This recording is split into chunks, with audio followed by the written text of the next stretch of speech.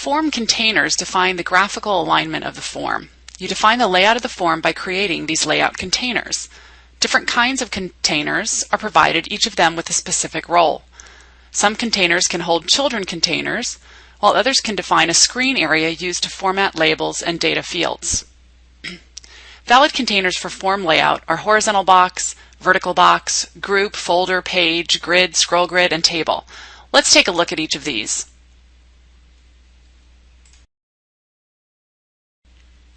Let's take a look at the layout program in the demo program and see how these layout containers work. Starting with Vbox and Hbox, we can scroll down and see an example of that. The first one we'll look at is a Vbox with two tables. Notice that the tables are laid out vertically. Then we can look at that same example but with an Hbox container, and the tables again are laid out horizontally.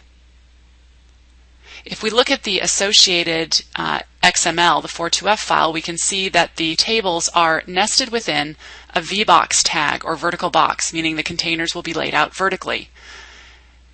The only difference with the Hbox example is the Hbox tag surrounds those two table containers.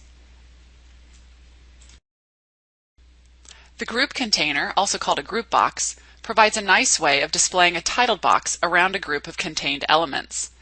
In this example, we see a table nested within a group box. In the next example, we see much more nesting. We have a container nested within group boxes, nested within another group box.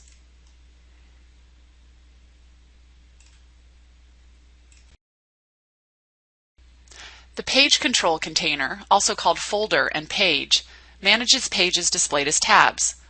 Folders or tabs are very valuable for managing your screen real estate. Since other containers can be nested within an individual page or tab, your options are virtually endless for managing lots of data on a single interface. In this example, you can see how various containers can be nested within folder tabs.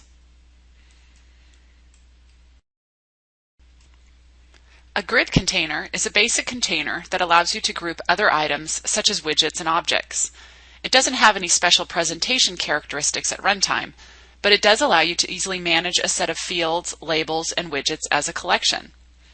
Grids can be nested within other containers, such as group boxes and folders.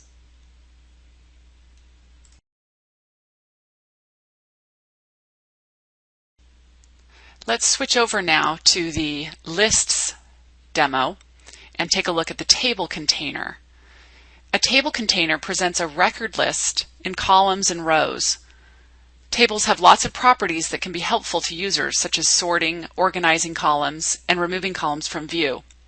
In this example, we see a table. We can go right into a display array, and then using some of those properties, we can sort by individual columns. We can also right-click on the column headers and turn columns on and off, or whether they're visible or not, and also move columns around. Now, this is handled by the Genero desktop client, so is something that is just on the client side and something that you can include or not as an attribute to your tables. A scroll grid container is a grid with a scroll bar. In Form Designer, a scroll grid is also called an MF or multi-field array.